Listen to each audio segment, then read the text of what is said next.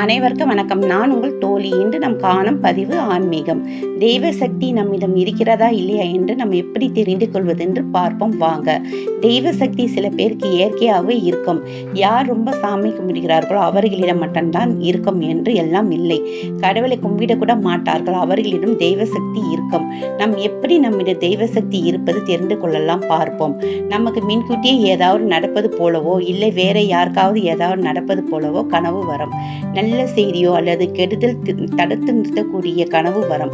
நாம் வீட்டில் வழிபாடு செய்யும் பொழுது இல்லை கோயிலில் வழிபாடு செய்யும் பொழுதும் கற்பூரம் காட்டும் பொழுதும் மணி அடிக்கும் பொழுதும் நம் உடம்பில் ஏதோ ஒன்று நிகழ்வது மாதிரி ஏதோ ஒரு உணர்வு வரும்.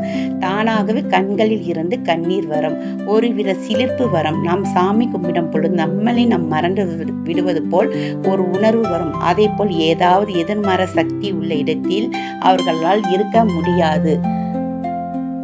அந்த இடத்தில் இருந்து வெளியே போக வைக்கும். இவர்களிடம் நமக்கு ஏதாவது தீங்கு வருவது போல் தோன்றும். அதே போல் இவர்கள் கையில் எந்தவித செடி வைத்தாலும் நல்லா வளரும். எந்தவித செல்ல பிராணியும் இவர்களிடம் ரொம்ப பாசமாக வந்து பழகும். அதே போல் வீட்டில் இவர்களுக்கு மல்லிகைப்பூ, சந்தனம், சுருட்டு, விபூதி என்று வாசனைகள் தெரியும். இதே போல் இருப்பவர்களிடம் தெய்வ சக்தி உள்ளது என்று அர்த்தம்.